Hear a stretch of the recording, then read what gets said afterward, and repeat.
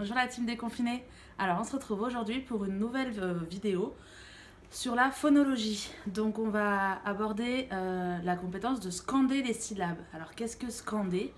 Scander, c'est le fait de décomposer le mot en syllabes par unité du coup audible.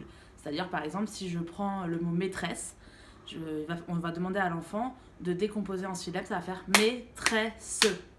Combien de fois tu as tapé dans tes mains? 3 fois. Donc le mot maîtresse est constitué de 3 syllabes.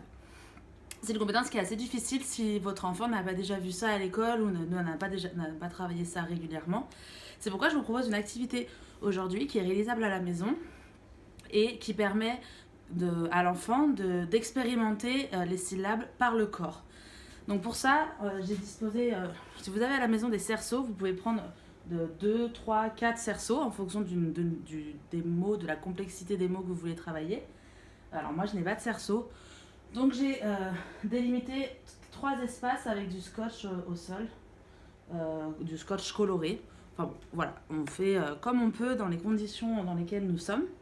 Et donc je vais vous illustrer avec différents exemples pour que vous compreniez l'activité. Donc on va montrer à l'enfant où on lui donne un mot, où on lui montre l'objet pour qu'il travaille en parallèle le vocabulaire. Par exemple, je vais lui montrer le feutre. On demande à l'enfant de se placer devant les espaces ou les cerceaux qu'on a disposés au sol.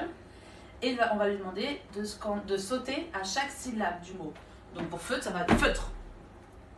Combien de fois tu as sauté? Une fois. Donc le mot feutre a une syllabe. On peut faire ça avec des images. Donc ici, c'est l'image d'un cheval. Et on reprend l'activité. Cheval. Tu as sauté 2 fois. 1, 2. Le mot cheval a donc 2 syllabes. Vous pouvez réaliser ça avec des objets que vous avez à la maison, comme par exemple un Playmobil. Ici, on pourra dire que c'est un garçon.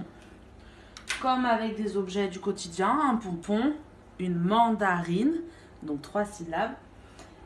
Et je voulais vous juste un conseil. Par exemple, ici, c'est le mot vache qui est présenté. Donc, 2 solutions. Ou bien l'enfant, lorsqu'il scande, dit vache, une syllabe. S'il l'a dit comme ça, on accepte une syllabe. Ou bien il peut décomposer en 2. Vache. 2 syllabes car j'ai sauté 2 fois. Il y a certains mots de la langue française où il est difficile de trancher. Donc, comme je l'ai dit dans l'introduction, scander un mot, c'est décomposer en unités audibles. Ou bien l'enfant entend vache, ou bien vacheux. On autorise que les deux soient possibles selon si l'enfant est cohérent dans ce qu'il dit, comment il décompose le mot et dans ce qu'il fait.